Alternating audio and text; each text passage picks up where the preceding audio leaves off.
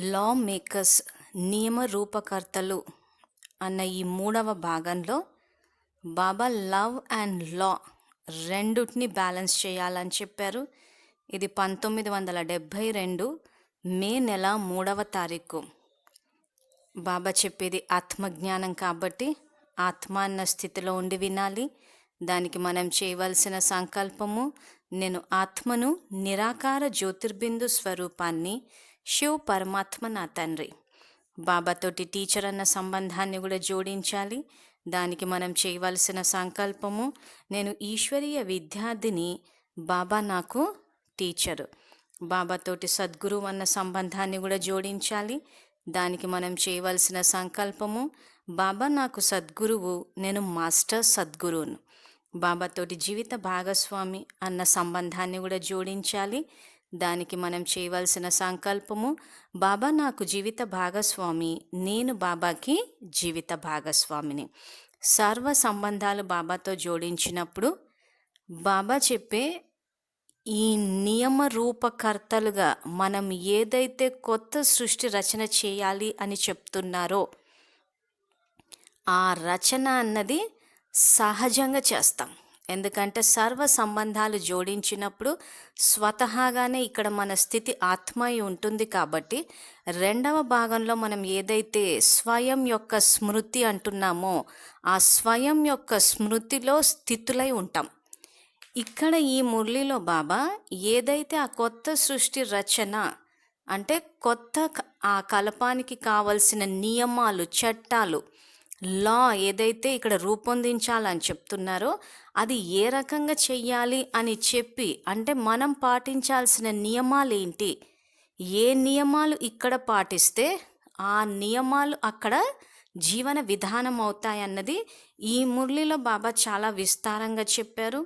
So విద్యార్థులు కొంత ఓపికగా వినడం కానీ చదవడం కానీ చేస్తే మన కర్తవ్యం ఏంటో మనకే అర్థమవుతుంది. లేకపోతే మురళి చదివేసి బాబా మురళి చాలా బాగా చెప్పేశారని అనుకోవడం కానీ, లేదా అవ్యక్త మురళికి సంబంధించిన తప్పుడు ప్రచారం కానీ తప్పుడు ఆలోచన విధానం కానీ ఏదైతే ఉందో మనది మురళిలు అర్థం కావు అని ఆ మాట అనుకుని ఆగిపోతాం. కానీ ఇక్కడ మనం తెలుసుకోవాల్సింది ఏంటంటే అవ్యక్త మురళిలు అర్థం చేసుకోవడం చాలా సులువు. మనం చేయవలసింది ఏంటంటే స్వయం యొక్క స్థితిలో ఉండడం. సో టీచర్ అయిన పరమాత్మ ఆత్మజ్ఞానాన్ని చెప్పేటప్పుడు మనము స్వయం యొక్క స్మృతిలో అంటే ఆత్మ అన్న స్థితిలో గనక ఉంటే బాబా చెప్పే జ్ఞానము సహజంగా అర్థమవుతుంది. ధారణా స్థాయిలోకి తీసుకురాగలుగుతాం, అంటే ప్రాక్టికల్ లైఫ్లోకి. ఇప్పుడు బాబా ఏవైతే చట్టాలను రూపొందించాలని అంటున్నారో ఇది చెయ్యడం అన్నది సహజంగా స్వయం యొక్క స్మృతిలో ఉంటే బాబా శ్రీమతానుసారంగా నియమాల అనుసారంగా నడుచుకుంటాం. కాబట్టి వచ్చే కల్పానికి అదే మన జీవన విధానం అవుతుంది. సో బాబా పెట్టిన నియమాలు ఏమిటి అన్నది ఈ మురళిలో చెప్పారు. సో బాబా ఏం చెప్పారో బాబా మాటల్లోనే తెలుసుకుందాము. సో బాబా ఏమంటున్నారంటే స్వయాన్ని లవ్ఫుల్గా అంటే ప్రేమ స్వరూపంగా మరియు లాఫుల్గా అంటే నియమ స్వరూపంగా భావిస్తున్నారా?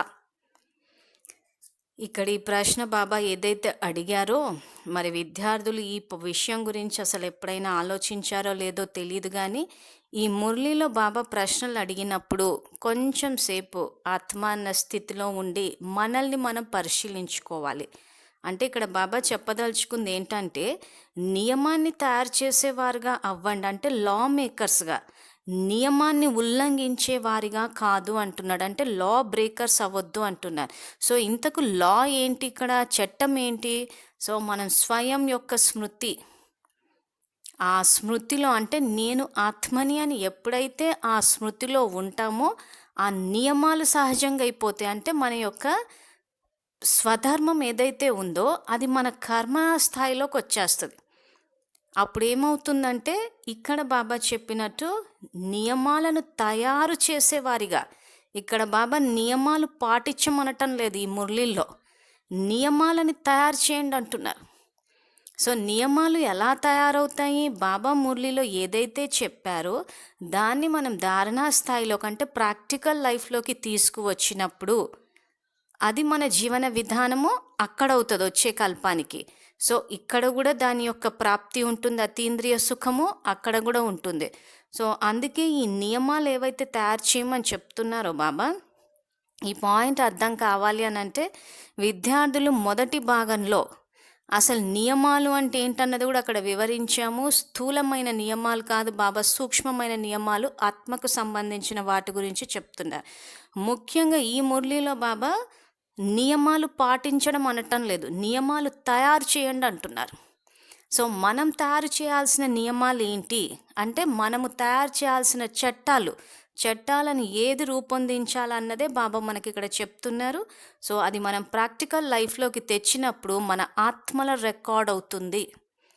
సో ఆత్మల రికార్డ్ అయినప్పుడు ఆ వచ్చే కల్పంలో మన ఆత్మలో యొక్క సంస్కారాలు ఎమర్జ్ అయినప్పుడు ఇప్పుడు మనం రూపొందించిన చట్టాలకు అనుగుణంగా అక్కడ మన జీవన విధానం ఉంటుంది.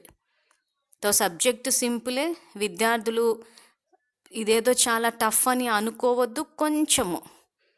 కొంచెం శ్రమ పెట్టి బుక్ చదివితే ఇంకా బాగా అర్థమవుతుంది. సో నేను వివరించేది ఎలాగూ వివరిస్తాము. సో ఇక్కడ బాబా ఏమంటారంటే, స్వయాన్ని లవ్ఫుల్గా అంటే ప్రేమ స్వరూపంగా మరియు లాఫుల్గా అంటే నియమ స్వరూపంగా భావిస్తున్నారా? ఎంతగా ప్రేమ స్వరూపంగా ఉంటారో అంతగా నియమ స్వరూపంగా కూడా ఉండాలి. ఎప్పటి వరకు లవ్ఫుల్గా అవ్వరో అప్పటి వరకు లాఫుల్గా కూడా కాలేరు. అలాగే లాఫుల్గా కానంత వరకు లవ్ఫుల్గా కూడా కాలేరు అంటున్నారు. సో ఇక్కడ ప్రేమ మరియు నియమము. సో ఉదాహరణకి పిల్లల్ని పెంచేటప్పుడు వాళ్ళ పట్ల ప్రేమ ఉండాలి, అదే విధంగా అదే సమయానికి అక్కడ చట్టాన్ని కూడా అమలు చేయాలి. సో ఇక్కడ ఏమైపోతుంది, ప్రస్తుతము ఆ మోహం అన్నది పెరిగిపోవడం వల్ల పిల్లలు ఏ తప్పులు చేసినా కానీ అక్కడ లాని అంటే ఏదైతే జీవన విధానం కరెక్ట్ అన్నది అక్కడ ఆ పిల్లలకి చెప్పకపోవడంలో ఆ పిల్లల ఎదుగుదల అన్నది ఆగిపోతుంది. సో ఇక్కడ ఏమవుతుంది, ఆ మోహం వల్ల వాళ్ళు ఏది చేసినా సరేలే అని అనుకుంటున్నాం. సో బ్రహ్మబాబా జీవన విధానం కనుక చూస్తే ఆయన పిల్లల్ని పెంచేటప్పుడు లవ్ఫుల్గా లాఫుల్గా 2 రకాలుగా ఉండేవాళ్ళు, రెండుటిని పాటించేవాళ్ళు. సో ఇక్కడ బాబా మురళిలో పిల్లల్ని ఏ రకంగా పెంచాలి అన్న ఆ దృష్టితో గనక మురళిలు చదివితే మనకు దాని ఆన్సర్ దొరుకుతుంది. సో ఈ ఫాలో ఫాదర్ అని చెప్పి ఏవైతే మేము చేస్తున్నామో అవి చేయడం కోసం అని చదివినప్పుడు బ్రహ్మబాబా పిల్లల్ని ఏ రకంగా పెంచారా అని చెప్పి చాలా చోట్ల శివబాబా చెప్పారు. సో మేము రికార్డ్ చేయలేదు, కానీ రాబోయే రోజుల్లో వీలైతే చేస్తాము. సో ఇక్కడ ఎవరైతే పిల్లల్ని ఏ రకంగా పెంచాలి అని అనుకుంటారో అలాంటి వాళ్ళు మురళీలు చదివితే సమాధానం వచ్చేస్తుంది. సో మనకు కావలసిన ప్రశ్నలకి సమాధానాలన్నీ మురళీలో దొరుకుతాయి. సో పిల్లలని పెంచే విధానం ఏ రకంగా ఉండాలి, ఎవరితో ఏ రకంగా వ్యవహరించాలి, సో ఇటు పిల్లలైనా కానీ ఎవరైనా కానీ ప్రేమ స్వరూపంగా ఉండాలి మరియు లాఫుల్గా అంటే నియమ స్వరూపంగా కూడా ఉండాలి అంటుంది. సో ఎవరి పట్లైనా ప్రేమ ఉన్నప్పుడు ఆ ప్రేమని వ్యక్తపరుస్తాము. ఏదైనా వాళ్ళు తప్పు చేసినప్పుడు ఆ చట్టం ఏంటో వాళ్ళకి చెప్పి అక్కడ వాళ్ళని సరిదిద్దాల్సిన బాధ్యత కూడా మనకే ఉంది. మనం అలా చేయకుండా వాళ్ళ పట్ల ప్రేమ ఉంటుంది, ఏదన్నా జరిగినప్పుడు మనకెందుకులే అని అనుకున్నాము అని అంటే అష్టశక్తుల్లోని సహయోగ శక్తిని వాడటం లేదు. మనం ఎవరి పట్లయితే ప్రేమ స్వరూపంగా ఉన్నామో వాళ్ళు తప్పు చేసినప్పుడు వాళ్ళకి సహయోగం ఇచ్చి వాళ్ళ యొక్క స్థితిని పెంచాలి. సో బ్రహ్మబాబాని గనక చూసినప్పుడు పిల్లల పట్ల ప్రేమనే చూపించారు. ఎక్కడైనా పిల్లలు తప్పు చేస్తే వాళ్ళని ఏ రకంగా సరిదిద్దాలా అన్నది అక్కడ బ్రహ్మబాబా చేసి చూపించారు. సో పిల్లలకి ఏదైనా శిక్షలు ఇవ్వాల్సి వచ్చినప్పుడు కూడా అక్కడ శిక్షలు ఇచ్చారు. అవి ఏ రకమైన అన్నది మురళీల్లో ఉంది. అవి చదువుతూ పోతూ ఉంటే చాలా చోట్ల శివబాబా చెప్తూ పోయారు బ్రహ్మబాబా పిల్లలని ఎలా హ్యాండిల్ చేశారా అని చెప్పేసి. అటు పిల్లలనే కాదు వ్యక్తుల పట్ల అయినా కానీ ఇక్కడ ఎవరు ఏ వయసులోని వారైనా కానీ వాళ్ళ పట్ల అటు ప్రేమ మరియు నియమము అంటే లా చట్టము ఏదైతే ఉందో రెండుటిని బ్యాలెన్స్ చేశారు. సో అందుకే బాబా ఇక్కడ ఏమంటున్నారంటే ఎంత ప్రేమ స్వరూపంగా ఉంటారో అంతగానే నియమ స్వరూపంగా కూడా ఉండాలి.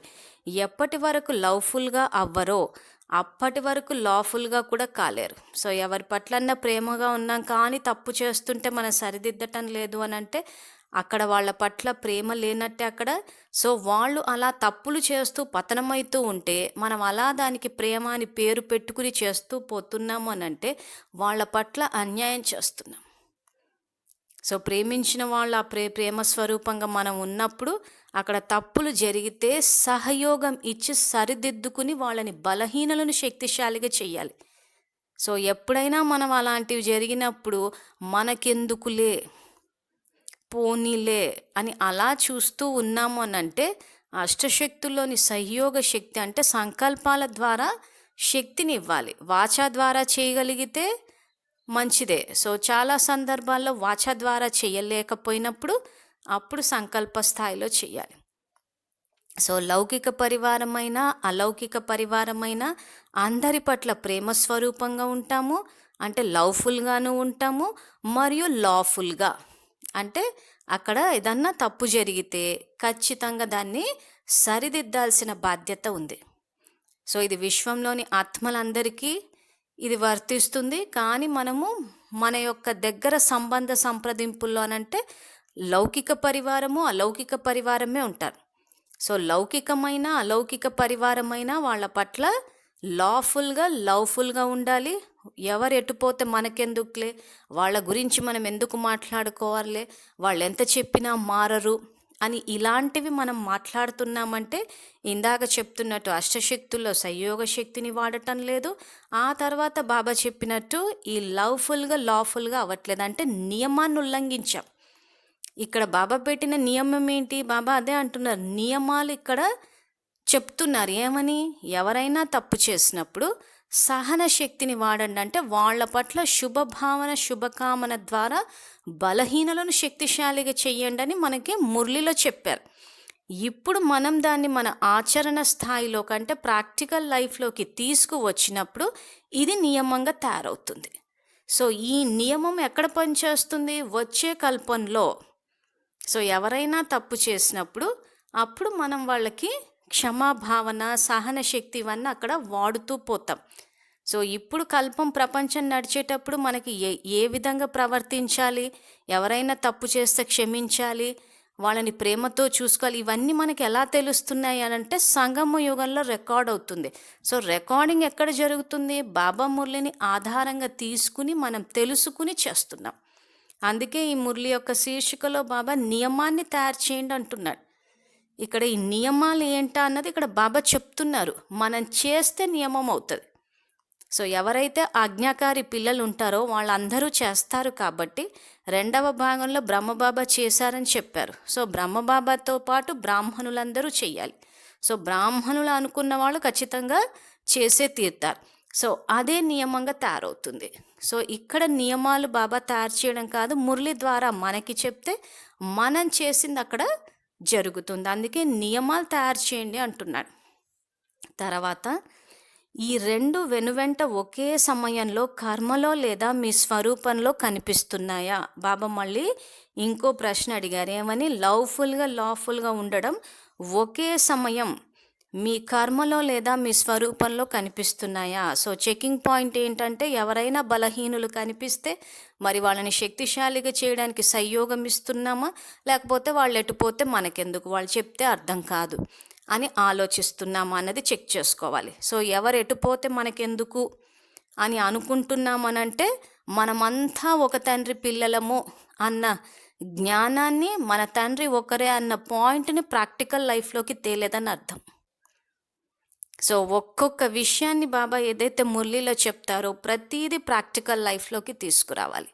అలా తీసుకువస్తేనే అది నియమంగా తయారవుతుంది. సో ఆ నియమాన్ని మనమే తయారు చేస్తున్నాం కాబట్టి ఆ వచ్చే కల్పంలో ఆ నియమాల వల్ల మనమే సంతోషాన్ని అనుభవిస్తాం. సో ఇప్పుడు గనక ఎవరెట్టుపోతే మనకెందుకు అని ఆలోచిస్తున్నామంటే సంయోగ శక్తిని వాడలేదు. సో మన ఆత్మలు అదే రికార్డ్ అవుతుంది.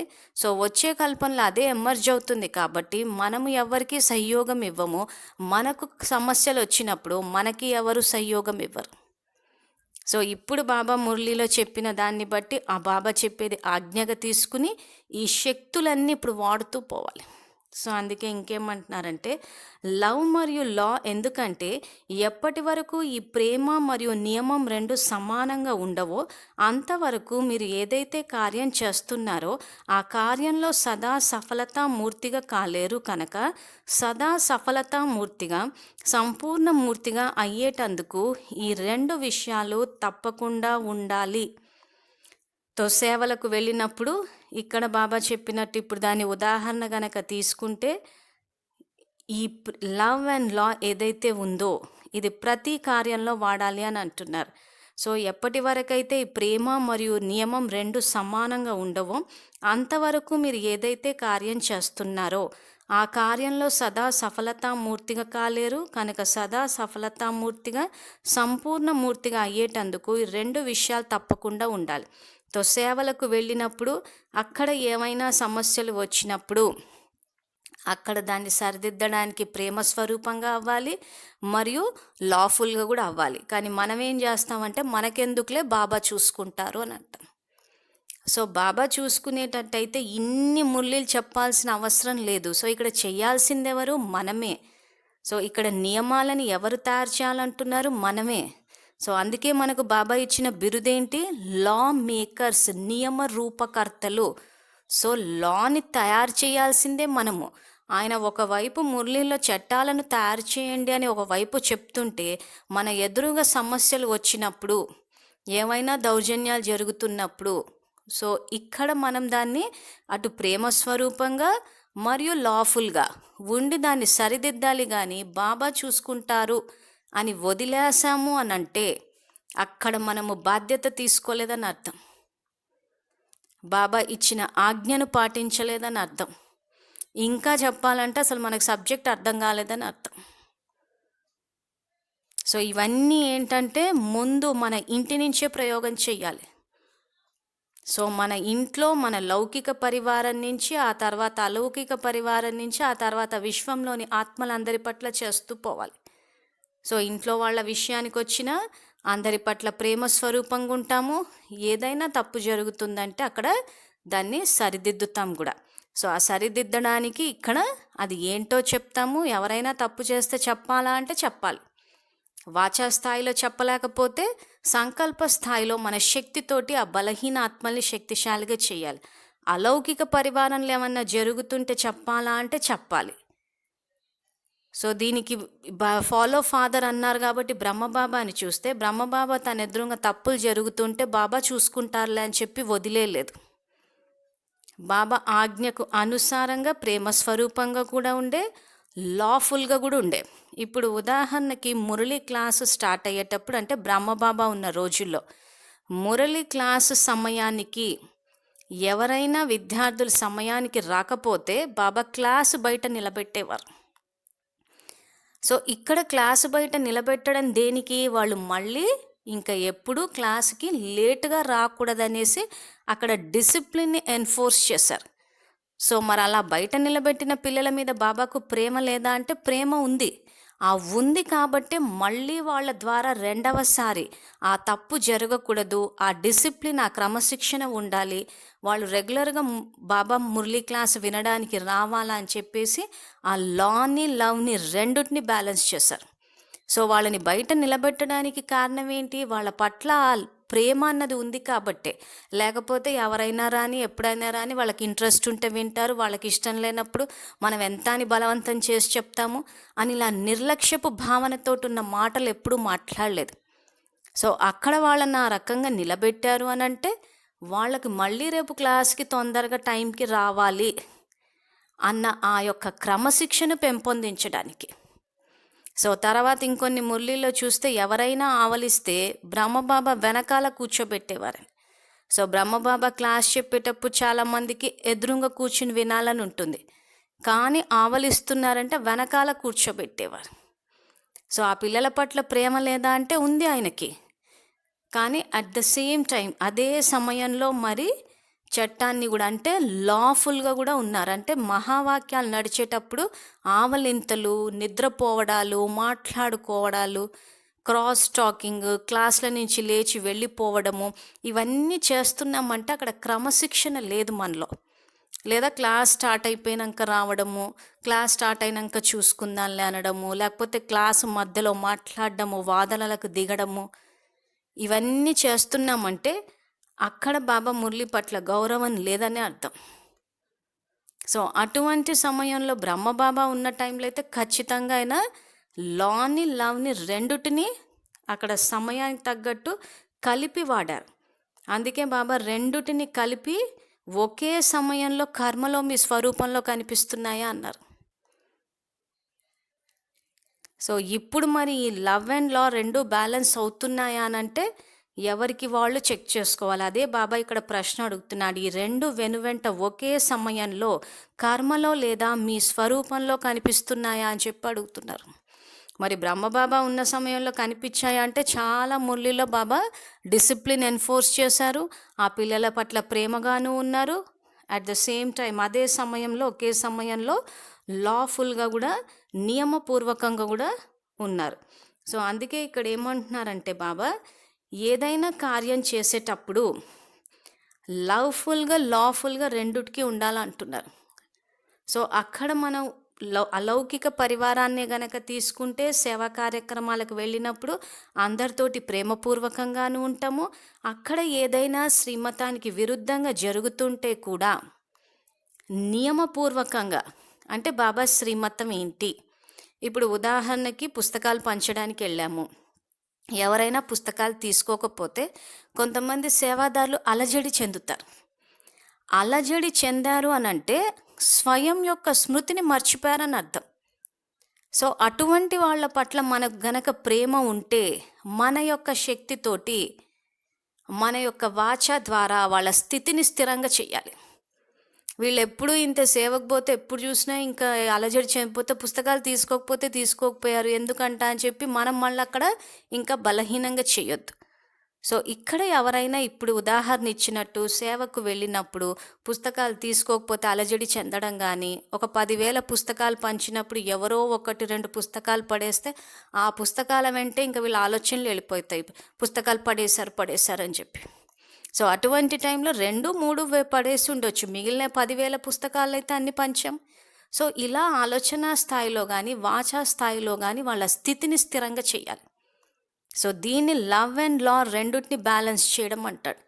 సో అక్కడ వాళ్ళకి ఆ సమయంలో స్వయం యొక్క స్మృతిలో ఉండండి అని చెప్పి అక్కడ చట్టము నియమం ఏంటో చెప్పాలి. మర్చిపోయారు వాళ్ళ ఆత్మాన్న స్థితిని, స్వయం ఆత్మాన్న విషయాన్ని మర్చిపోవడం వల్ల అలజడిలోకి వచ్చేసారు. సో ఇలా మనం ఒక్కొక్క బాబా అదే అంటున్నారు, ఏదైనా కార్యం చేస్తున్నారో ఆ కార్యంలో సఫలం అవ్వాలి అని అంటే ఈ 2 విషయాలు తప్పకుండా ఉండాలి, లవ్ అండ్ లా. తర్వాత ఇంకేమంటున్నారంటే అలాగే లాఫుల్గా కూడా అవ్వాలి. ఎవరైతే స్వయం పట్ల లాఫుల్గా అవుతారో వారు ఇతరుల పట్ల కూడా లాఫుల్గా అవుతారు. సో ఎవరైతే స్వయం పట్ల లాఫుల్గా అంటే ఎవరైతే ఈ చట్టాన్ని, శ్రీమతాన్ని, నియమాన్ని పాటిస్తారో వాళ్ళే ఇతరుల పట్ల కూడా లాఫుల్గా ఉండగలుగుతారు. సో స్వయం ఆత్మాన్న స్మృతిలో ఉంటేనే ఇతరులను కూడా ఆత్మగా చూడగలుగుతారు. ఇక్కడ చట్టాన్ని ఉల్లంఘించి దేహము అన్న స్థితిలో ఉంటే ఎవరిని చూసినా కానీ వాళ్ళ యొక్క దేహము నామరూపాల్లో చిక్కుకుంటారు. సో అందుకే ఏమంటారంటే ఎవరైతే స్వయం పట్ల లాఫుల్గా అవుతారో వారు ఇతరుల పట్ల కూడా లాఫుల్గా అవుతారు. ఒకవేళ స్వయం మీరు ఏదైనా లా అంటే నియమాన్ని, సో ఇక్కడ బాబా చెప్తున్నారు లా అంటే ఏంటంటే నియమము అంటే శ్రీమతము. సో మీరు ఏదైనా లా అంటే నియమాన్ని ఉల్లంఘిస్తే ఇతరుల పట్ల కూడా మీరు ఆ నియమాన్ని నడిపించలేరు. ఉదాహరణకి సంయోగ శక్తినే గనక తీసుకుంటే ఇక్కడ మనం గనక అష్టశక్తులోని సంయోగ శక్తిని బాబా వాడమని నియమం పెట్టారు, లా పెట్టారు. ఆ నియమాన్ని గనక ఉల్లంఘిస్తే ఇతరుల పట్ల కూడా మీరు ఆ నియమాన్ని నడిపించలేరు అంటున్నారు. సో ఇక్కడ ముందు మన ఉన్నతి కోసం మనం అష్టశక్తుల్లోని ఒక శక్తిని వాడము, స్వయం వాడండి అని చెప్పినప్పుడు దాన్ని మనం గనక మనకి మనమే సహయోగం ఇచ్చుకోకపోతే ఉన్నతి కోసము ఇతరుల పట్ల కూడా మీరు ఆ నియమాన్ని నడిపించలేరు అంటున్నారు. ఇతరులను నియమస్వరూపంగా తయారు చేయాలంటే స్వయం నియమస్వరూపంగా తయారవ్వాలి. సో ఇక్కడ ఇతరులను ఆత్మ అన్న స్థితిలోకి తేవాలి అంటే ముందు మనం స్వయం ఆత్మ అన్న స్మృతిలో ఉండాలి. సో అదే చెప్తున్నారు బాబా ఇక్కడ. ఇతరులను నియమస్వరూపంగా తయారు చేయాలంటే స్వయం నియమస్వరూపంగా తయారవ్వాలి. మీరు కాకుండా ఇతరులను తయారు చేయాలని ప్రయత్నించినా తయారు చేయలేరు. అందువలన స్వయం పట్ల ఇతరుల పట్ల నియమస్వరూపంగా అయ్యానా అని పరిశీలన చేసుకోండి అంటున్నాను. ఉదాహరణకి ఇక్కడ బాబా అన్నట్టు శాంతినే గనక తీసుకుంటే మనము ఒకరు శాంతిగా వ్యవహరించాలి, ఈ శాంతితోటి వ్యవహరించాలన్న నియమాన్ని పాటించాలి ఇతరులంటే ముందు మనం పాటించాలి దాన్ని. అందుకే ఇతరులను నియమస్వరూపంగా తయారు చేయాలంటే స్వయం నియమస్వరూపంగా తయారవ్వాలి. కాబట్టి ముందు మిమ్మల్ని మీరు నియమస్వరూపంగా అయ్యానా అని పరిశీలన చేసుకోండి అంటున్నాడు. సో అష్టశక్తుల్లోని పరిశీలన శక్తిని వాడితే బాబా అడిగే ప్రశ్నలన్నిటికీ నిజాయితీగా సమాధానం ఇవ్వగలము. పరిశీలన శక్తిని ఎలా వాడుతామన్నది కూడా బాబా చెప్పారు. అష్టశక్తులు సర్వశక్తులు అన్న స్లాట్లో మురళీలు ఉన్నాయి. అవి చూస్తే విద్యార్థులు పరిశీలన శక్తి పెంపొందించుకొని ఆ శక్తిని వాడితే ఇక్కడ మనము ధారణా స్థాయిలో అంటే బాబా చెప్పే జ్ఞానాన్ని ప్రాక్టికల్ లైఫ్లోకి ఎంతవరకు తీసుకొచ్చాము, ఇంకా ఎంత ముందుకు వెళ్ళి సంపూర్ణ స్థితికి తేవాలో మనకే అర్థమవుతుంది. తర్వాత ఉదయం నుండి రాత్రి వరకు మనస సంకల్పంలో, మాటలో, కర్మలో, సంపర్కంలో ఒకరి కొరకు సహయోగం ఇవ్వటంలో, సేవలో ఎంతవరకు నేను ఏ రకమైన లాను అంటే నియమాన్ని వ్యతిరేకించలేదు కదా అని పరిశీలించుకోండి. ఎవరైతే లాని వ్యతిరేకిస్తారో వారు కొత్త ప్రపంచాన్ని తయారు చేసేవారిగా కాలేరు. పీస్ మేకర్గా అంటే శాంతి దూతలుగా, న్యూ వరల్డ్ మేకర్గా అంటే కొత్త ప్రపంచ నిర్మాతలుగా కాలేరు. కనుక స్వయాన్ని నేను కొత్త ప్రపంచ నిర్మాతగా, శాంతి దూతగా, నియమ రూపకర్తగా ఉన్నానా లేదా బాబా యొక్క నియమాన్ని ఉల్లంఘిస్తున్నానా అని పరిశీలన చేసుకోండి అంటున్నాడు. సో విద్యార్థులకు మళ్ళీ చెప్తున్నాం, ఒక్కసారి ఈ లా మేకర్స్ అన్న మొదటి భాగంలో నియమము అని అంటే అది ఆత్మకు వర్తింప చేసుకోవాలి. స్థూలమైన వైట్ డ్రెస్ బ్రహ్మభోజనాలు కాదు. ఎందుకంటే ఆ మొదటి భాగం చూస్తే ఈ పాయింట్ అర్థమవుతుంది. సో ఇక్కడ బాబా ఏమంటారంటే ఎవరైతే లాని వ్యతిరేకిస్తారో, బాబా చెప్పే ఈ శ్రీమతాన్ని నియమాన్ని వ్యతిరేకిస్తారో వారు కొత్త ప్రపంచాన్ని తయారు చేసే వారిగా కాలేరు. ఇప్పుడు ఉదాహరణకి పవిత్రతా గుణం ఉంది. దీన్ని గనక ఎవరైనా వ్యతిరేకిస్తే వాళ్ళు కొత్త ప్రపంచాన్ని తయారు చేయలేరు, ఆ కొత్త ప్రపంచంలోకి కూడా వెళ్ళలేరు. లేదా అష్టశక్తులు, సో వాటిని అసలు వాడటమే లేదు మనము. సో వాడటమే లేదు అని అంటే కొత్త ప్రపంచాన్ని ఎలా తయారు చేయగలం? ఎందుకంటే ఈ అష్టశక్తులు వాడితేనే సంపూర్ణ స్థితికి రాగలుగుతాం.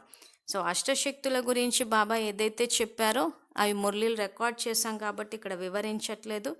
తర్వాత ఏమంటారంటే పీస్ మేకర్గా అంటే శాంతి దూతలుగా, న్యూ వరల్డ్ మేకర్ అంటే కొత్త ప్రపంచ నిర్మాతలుగా కాలేరు. కనుక స్వయాన్ని నేను కొత్త ప్రపంచ నిర్మాతగా, శాంతి దూతగా, నియమ రూపకర్తగా ఉన్నానా అని మిమ్మల్ని మీరు పరిశీలించుకోండి అంటున్నాడు బాబా. ఎవరైతే స్వయం నియమ రూపకర్తలుగా ఉంటారో వారే నియమాన్ని ఉల్లంఘిస్తే అటువంటి వారిని నియమ రూపకర్తలు అని అంటారా? ఈశ్వరీయ నియమం ఏమిటి? ఇది స్పష్టంగా తెలుసుకున్నారా లేదా ఇప్పుడు తెలుసుకోవాలా? తెలుసుకోవటం అంటే అర్థం ఏమిటి? నియమాన్ని తెలుసుకోవటం అంటే నియమం ప్రకారం నడవటం. తెలుసుకున్న తర్వాత అంగీకరించాలి, అంగీకరించిన తర్వాత దాని ప్రకారం నడవాలి. ఇక్కడ కూర్చున్న వారు అందరూ నియమాన్ని పూర్తిగా తెలుసుకున్నారా అంటే నియమానుసారం నడుస్తున్నారా? అమృత వేళ నుండి మీరు ఏదైతే దినచర్య గడుపుతున్నారో అదంతా ఈశ్వరీయ నియమం ప్రకారం గడుపుతున్నారా లేక దానిలో శాతం ఉందా? ఆ నియమాలను తెలుసుకోవటంలో శాతం ఉందా? ఒకవేళ తెలుసుకోవటంలో శాతం లేకపోతే నడవటంలో శాతం ఎలా వస్తుంది? యథార్థ రూపంలో తెలుసుకోలేనప్పుడే నడవలేకపోతారు. కానీ మీరు తెలుసుకున్నారు కానీ నడవలేకపోతున్నారు అంటే ఏమంటారు? తెలుసుకోవటం, అంగీకరించటం, నడవటం ఇవన్నీ ఒకేలాగా ఉన్నాయి, అయినా కానీ తేడా ఎందుకు వస్తుంది అంటున్నాను. సో ఇక్కడ బాబా ఏవైతే నియమాలు ఉన్నాయో అవన్నీ మీరు తెలుసుకున్నారా అని అంటున్నారు. అందుకే ఇందాక చెప్పాము, నియమాలు అనంటే స్థూలమైన నియమాల గురించి బాబా ఈ లా మేకర్స్, నియమ రూపకర్తలన్న ఈ 5 మురళీలు ఏవైతే రికార్డ్ చేసి అప్లోడ్ చేస్తున్నామో స్థూలమైన నియమాల గురించి మాట్లాడటం లేదు బాబా. అమృత వేళ నుంచి ఏవైతే నియమం ఉందో దినచర్యకు సంబంధించి దాని ప్రకారం గడుపుతున్నారా అంటున్నాడు. సో అమృత వేళ నుంచి దినచర్య అని బాబా మనకి ఏం చెప్పారు? నిద్ర లేవగానే మొట్టమొదటి సంకల్పం, నేను ఆత్మని, శివ్ పరమాత్మ నా తండ్రి. ఇది మొట్టమొదటి నియమం. సో అందుకే చెప్పాం 30th జూన్ 1974 ఏదైతే అవ్యక్త మురళి ఉందో అందులో విద్యాలయంలోని ముఖ్య నియమం ఏంటా అని చెప్పి బాబా చెప్పారు. సో ఆ అవ్యక్త మురళిని కనుక చూస్తే అది అవ్యక్త మురళిలు అన్న స్లాట్లో దాన్ని సేవ్ చేసి పెట్టాము. సో అది చూస్తే అసలు నియమం ఏంటా అన్నది అర్థమైనప్పుడు ఈ 5 మురళీలు కూడా అర్థమవుతుంది. లేకపోతే ఈ బాధ్యత అన్నది ఏదైతే ఉందో, కొత్త ప్రపంచ నిర్మాతగా న్యూ వరల్డ్ మేకర్స్ అన్న ఇంత పెద్ద బాధ్యత ఏదైతే ఉందో ఈ బాధ్యత నిర్వర్తించలేకపోతాం. సో విద్యాలయంలో విద్యార్థులుగా ఏదో మురళి విన్నామా అంటే విన్నాము, అమృతవేళ చేసేసాం, ఇంకా ఆ తర్వాత మన ఇష్టం అన్నట్టు ఉంటుంది. సో ఆ తర్వాత మన ఇష్ట ప్రకారం మనం నడుచుకుంటూ పోతున్నాము అని అంటే అదే ఆత్మల రికార్డ్ అయినప్పుడు అదే ఆ వచ్చే కల్పంలో ఎమర్జ్ అవుతుంది. సో ఇప్పుడు సంబంధం లేనట్టు అలా ఉండిపోయి ఇందాక చెప్పినట్టు ఎవరెట్టు పోతే మనకెందుకు, ఎవ్వరికి సహయోగం ఇవ్వకుండా, మనసా సేవ చేయకుండా, విశ్వంలోని ఆత్మలకి ప్రకృతికి సేవ చేయకుండా ఇవన్నీ చేస్తూ పోతే ఏమవుతుందంటే ఇక్కడ మన పుణ్యము జమవదు, సంస్కారాలు ఇది కావు. ఆ కొత్త ప్రపంచ నిర్మాణంలో కూడా మనం బాధ్యతని వహించలేదు కాబట్టి సాధారణ ఆత్మలుగా మిగిలిపోతాం. ఎవరైతే ఆ కొత్త ప్రపంచాన్ని తయారు చేయడంలో ఇప్పుడు బాబాకి సహయోగం ఇస్తారో ఆ కొత్త ప్రపంచం యొక్క సతో ప్రధానమైన ఆ యొక్క సుఖాన్ని ఏదైతే ఉందో వాళ్ళే పొందుతారు. అందుకే ఎవరు చేస్తే వాళ్ళే పొందుతారు అన్న నియమాన్ని పెట్టింది కూడా బాబా అందుకే. సో చెయ్యకపోతే నష్టపోయేది మనమే. అందుకే కొంచెం శ్రమ తీసుకుని ఈ సబ్జెక్ట్ కనుక అర్థం చేసుకుని ఆ కొత్త పీస్ మేకర్స్ అంటే శాంతి యొక్క ప్రపంచాన్ని స్థాపించడంలో ఆ కొత్త ప్రపంచానికి నిర్మాతలుగా, నియమ రూపకర్తలుగా అవ్వాలి అంటున్నారు. తర్వాత అజ్ఞానులకు కూడా మీరు ఆత్మాని తెలుసుకోండి, తెలుసుకుంటున్నారు కానీ అంగీకరించి నడవటం లేదు అని మీరు చెప్తారు కదా. మరి మీరు కూడా ఇవి ఈశ్వరీయ నియమాలని తెలుసుకుంటున్నారు కానీ ఆ విధంగా నడుచుకోవటం లేదు, తెలుసుకుని కూడా నడవటం లేదు అంటే ఈ స్థితి ఏమంటారు? పిల్లలు పురుషార్థం అంటారు అని చెప్పారు కనుక ఈ పురుషార్థి జీవితంలో పొరపాట్లు క్షమించబడతాయి అని అనుకుంటున్నారా అని చెప్పి ప్రశ్న అడుగుతున్నారు. సో ఇక్కడ ఈ వాక్యాల అర్థం ఏంటంటే జ్ఞానం చెప్పేటప్పుడు అజ్ఞానులకి మనం మొట్టమొదటి పాఠం ఆత్మ అని చెప్పి చెప్తున్నాం. అలా చెప్పిన తర్వాత ఇంతకు మీరు పాటిస్తున్నారా అని చెప్పి అడుగుతున్నారు బాబా. 7 day కోర్సులు ఇచ్చేస్తున్నాం, మురళీలు చెప్పేస్తున్నాము. ఇవన్నీ చెప్పేటప్పుడు మొట్టమొదటి నియమము విద్యాలయంలో ఆత్మ అన్న స్థితి, స్వయం యొక్క స్మృతి అదే మర్చిపోయాం ద్వాపరం నుంచి. కాబట్టి ఇప్పుడు బాబా వచ్చి మనకు అది స్వయం యొక్క స్మృతిలో ఆత్మ అన్న స్థితిలో ఉండి కర్మలు ఆచరించమంటున్నారు. మరి మీరు కూడా అవి ఈశ్వరీయ నియమాలని తెలుసుకున్నారు కానీ ఆ విధంగా నడవటం లేదు అంటున్నారు. సో ఒకరికి చెప్పేటప్పుడు ఆత్మపాఠం చెప్తున్నాము కానీ మీరు స్వయం నడుచుకోవటం లేదు అని అంటున్నారు. అలా నడుచుకోవటం లేదంటే ఈ స్థితిని ఏమంటారు అని అంటున్నారు. సో ఈ ప్రశ్న అడిగితే పిల్లలు ఏం సమాధానం ఇచ్చారంటే దీన్ని పురుషార్థం అంటారు అని అంట. విద్యాలయంలో ఈ పదాన్ని ఎక్కువ వాడతారు. ఏం చేసినా కానీ పురుషార్థం చేసేస్తున్నాం అంటున్నారు. సో పురుషార్థం అంటే ఏంటా అన్నది కూడా బాబాయ్ మురళిలో చెప్పారు. సో నిజంగా ఆయన చెప్పినట్టు చేస్తున్నాము అంటే అప్పుడు పురుషార్థిలం అయినట్టు. సో అందుకే ఇక్కడ ఏమంటున్నారంటే పిల్లలు పురుషార్థం అంటారు అని చెప్పారు కనుక ఈ పురుషార్థి జీవితంలో పొరపాట్లు క్షమించబడతాయా అంటున్నారు. సో ఏది చేసినా మేము పురుషార్థిలం అంటున్నారు, మరి ఆ రకంగా జీవితంలో పొరపాట్లు జరిగితే క్షమించుతారు అని అనుకుంటున్నారా అని ప్రశ్న అడుగుతున్నారు. అసలు ఆత్మ అన్న స్థితిలో ఉంటే అసలు పొరపాట్లే జరగవు. ఈ నియమ రూపకర్తలని ఏదైతే 2వ భాగం ఉందో బ్రహ్మబాబా ద్వారా ఏ తప్పు ఎందుకు జరగలేదంటే ఆయన స్వయం యొక్క స్మృతి అంటే ఆత్మ అన్న స్థితిలో ఉన్నారు కాబట్టి. కానీ ఇక్కడ పిల్లలు మేము పురుషార్థులము అని చెప్పేసి పొరపాట్లు చేస్తూ ఉంటే క్షమించబడతాయా అని అడుగుతున్నారు బాబా. సో అందుకే ఏమంటున్నారంటే, ఎలా అయితే డ్రామా అనే డాలుని తోడుగా చేసుకుంటున్నారో, అలాగే ఈ పురుషార్థం అనే మాటను కూడా మీరు తోడుగా చేసుకుంటున్నారు. అందువలనే ఓడిపోతున్నారు. అసఫలత వచ్చేస్తుంది.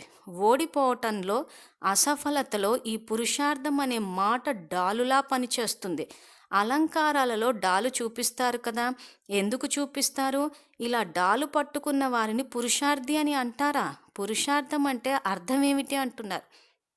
సో ఇక్కడ విద్యాలయంలో ఏమవుతుందంటే, ఏవైనా నియమాన్ని ఉల్లంఘించినప్పుడు, ఉదాహరణకి బాబా శాంతితోటి వ్యవహరించమంటే మనం క్రోధంతోటి వ్యవహరించి నియమాన్ని ఉల్లంఘిస్తాం. ఆ ఉల్లంఘించినప్పుడు మనం ఏం చేస్తున్నామంటే డ్రామా అంటున్నారు.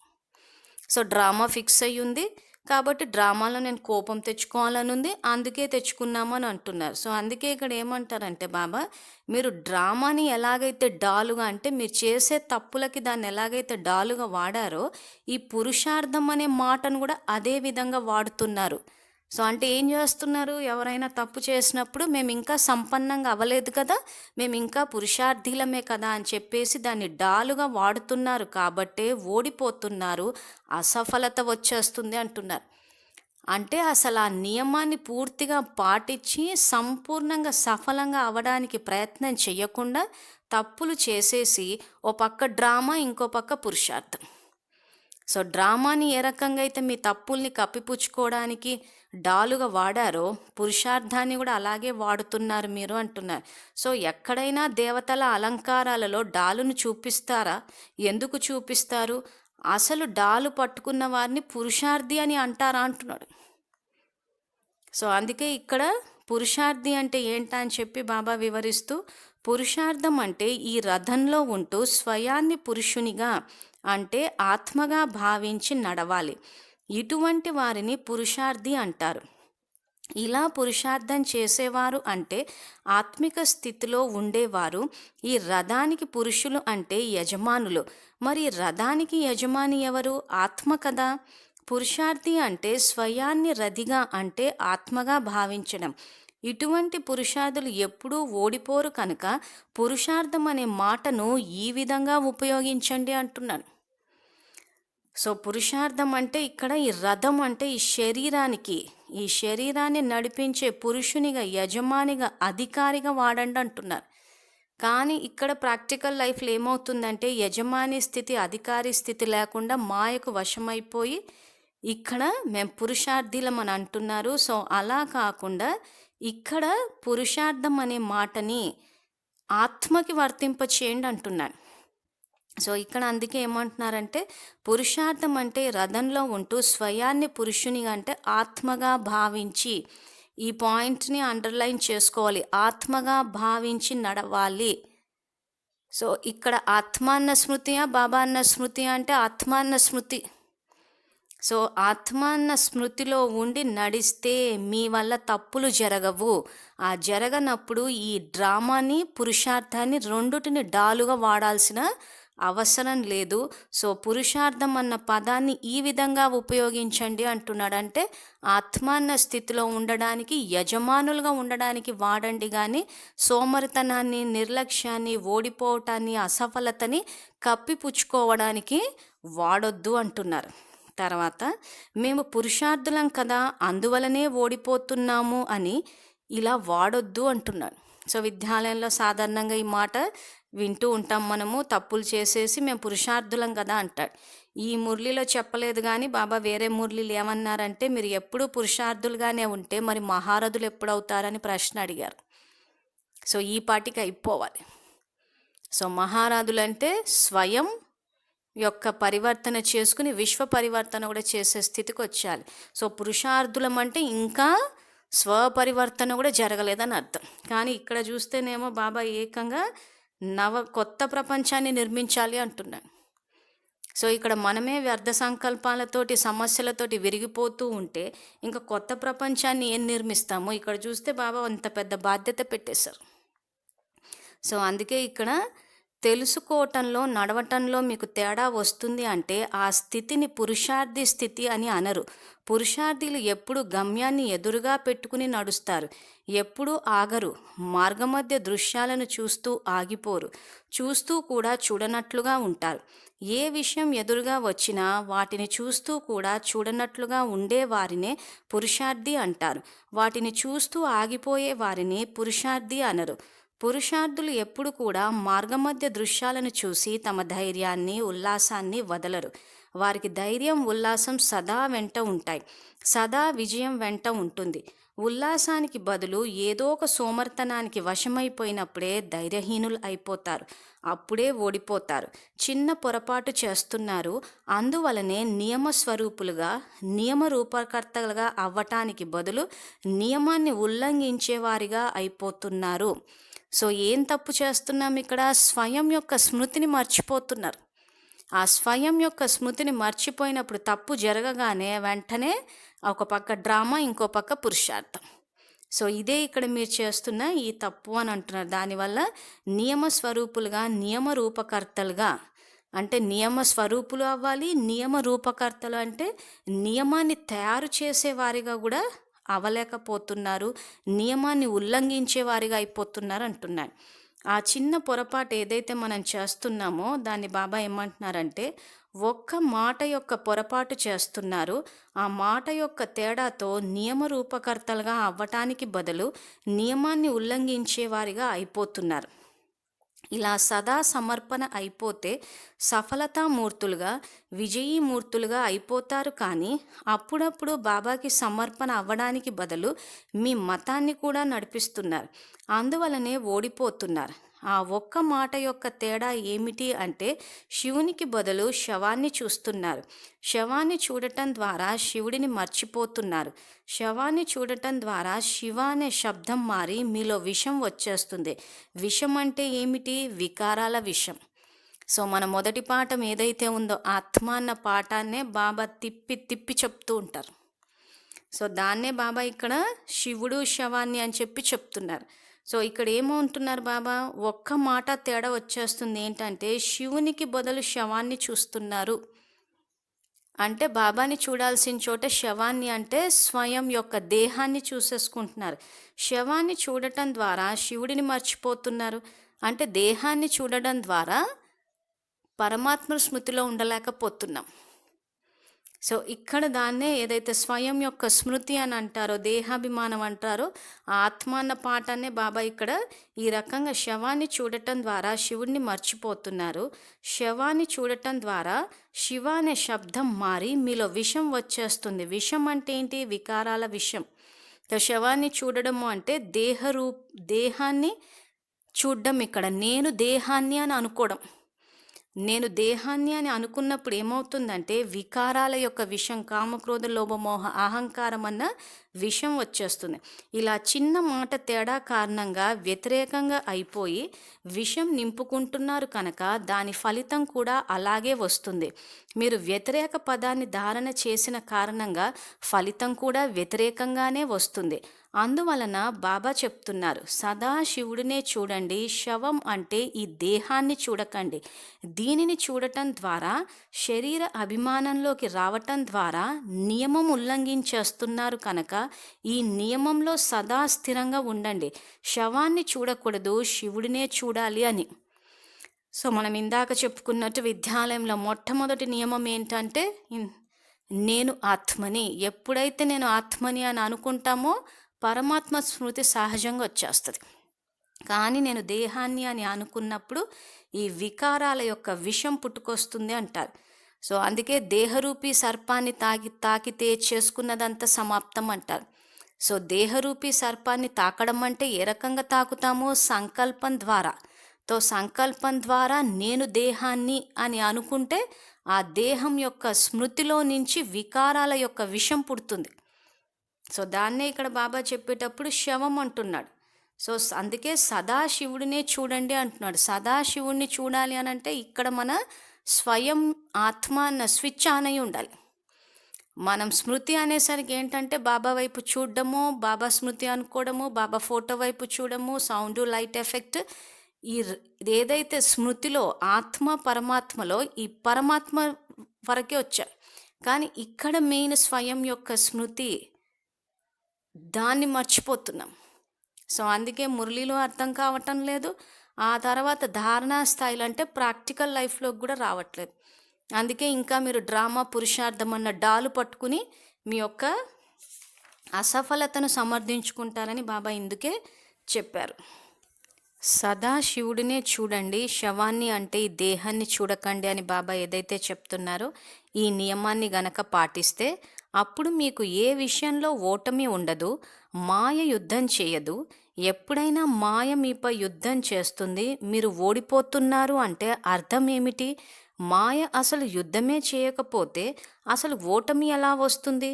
కనుక స్వయాన్ని ప్రతి సంకల్పంలో బాబాకి బలిహారం చేసుకోండి, అప్పుడు ఎప్పుడూ ఓటమి రాదు. ఒకవేళ సంకల్పంలో బాబాకి బలిహారం కాకపోతే సంకల్పం కర్మలోకి వచ్చి ఓడింప చేస్తుంది. అందువలన స్వయాన్ని లా మేకర్ అంటే నియమ రూపకర్తలుగా భావించండి. ఎప్పుడు కూడా ఈ నియమాన్ని వ్యతిరేకించకండి. నాకు ఏదైతే సంకల్పం వస్తుందో ఆ సంకల్పం బాబాకు బలిహారం చేసే యోగ్యంగా ఉందా అని పరిశీలన చేసుకోండి అంటున్నాడు. సో ఇక్కడ బాబా మనమే లా మేకర్స్ అంటే నియమ రూపకర్తలమన్న ఈ నియమాన్ని వ్యతిరేకించకండి అంటున్నాడు. సో ఇక్కడ మనకెందుకులే, మనమేం చేస్తానులే, బాబా చూసుకుంటారులే, అంతిమంలో బాబా చెప్పారు అంత జరిగిపోతుంది అని చెప్పేసి అంటున్నాము అని అంటే లా మేకర్స్ అని చెప్పి ఆయన ఏదైతే నియమాన్ని పెట్టారో దాన్ని పాటించకుండా దాన్ని వ్యతిరేకిస్తున్నామంటే అక్కడ ఏం చేయటం లేదు. మనం మురళి చదివేస్తున్నాము, బాబా బాగా చెప్పారని బాబాని మెచ్చుకునేస్తున్నాం, అక్కడికి వదిలేస్తున్నాం.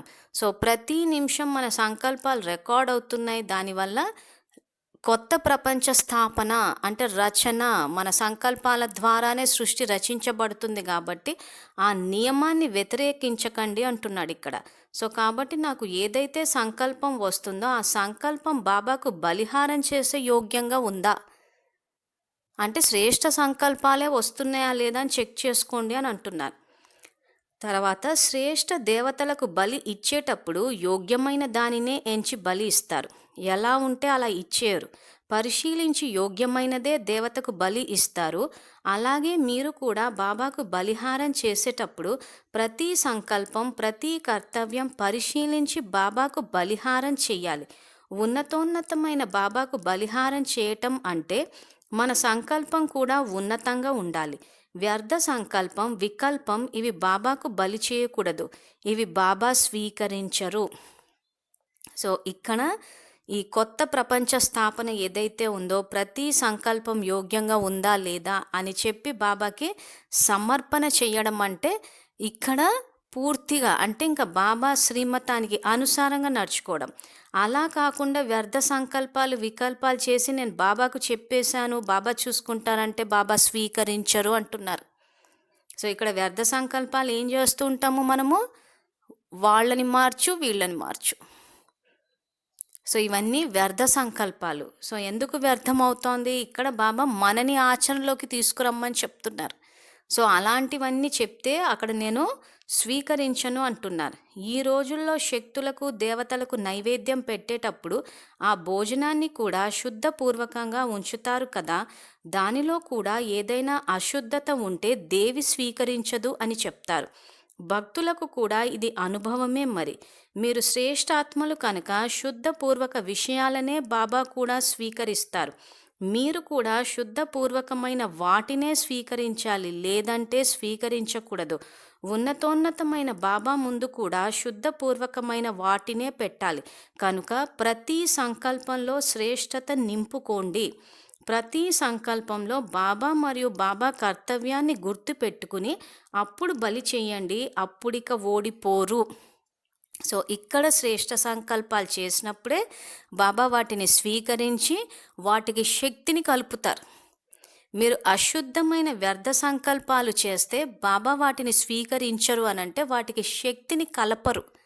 సో ఆ విషయాన్నే బాబా ఇక్కడ చెప్తున్నారు. శ్రేష్ఠ దేవత అంటే ఉదాహరణ భక్తిలో శ్రేష్ఠ దేవతలు బలిచ్చేటప్పుడు ఏ రకంగా చేస్తారని. సో అర్థం కావడం కోసమని భోజనాన్ని ఇక్కడ నైవేద్యం పెట్టేటప్పుడు శుద్ధపూర్వకంగా భావనతోటి ఇస్తేనే అక్కడ వాళ్ళు స్వీకరించినట్టు.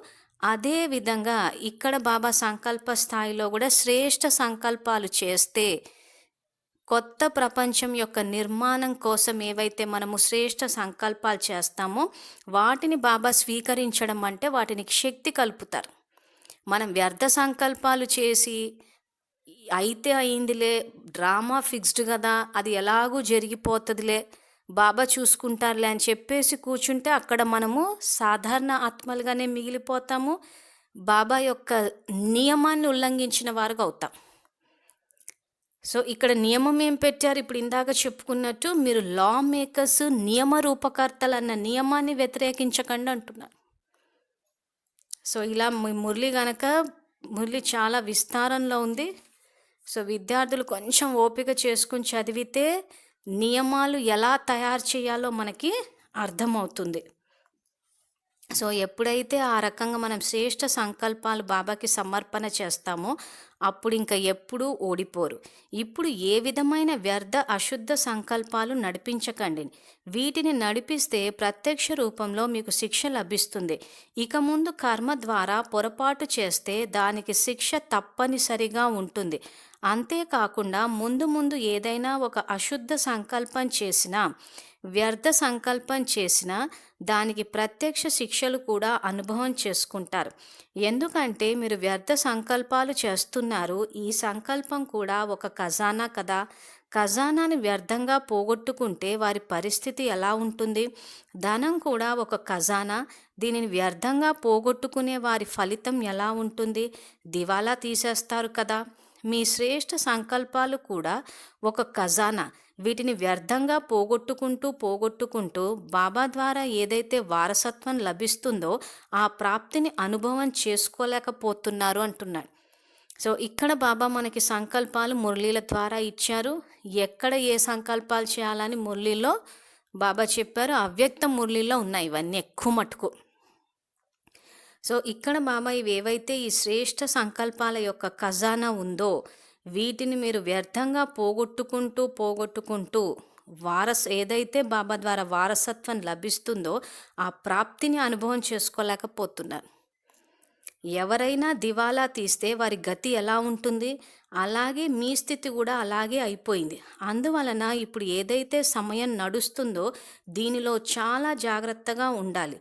ఎందుకంటే ఇప్పుడు మీరు యాత్రికులు నడుస్తూ ఇప్పుడు మీ ఉన్నత గమ్యానికి చేరుకోవాలి. సంకల్పాలన్న ఖజానాని వ్యర్థంగా పోగొట్టుకుని దివాలా తీసామా లేకపోతే సంకల్పాలతోటి సంపన్నంగా ఉన్నామా అన్నదానికి చెకింగ్ పాయింట్ ఏంటంటే సంకల్పాలు స్వయంగా చేయగలుగుతున్నామా లేదా మేము ఏం సంకల్పాలు చెయ్యాలి అని చెప్పి ఆలోచించడం కానీ, అసలు సంకల్పాల ద్వారానే సృష్టి ఉందని అసలు బాబా మురళిలో చెప్పేవన్నీ సంకల్పాలన్న విషయం అర్థం చేసుకున్నామా లేదా ఫస్ట్ చెక్ చేసుకోండి.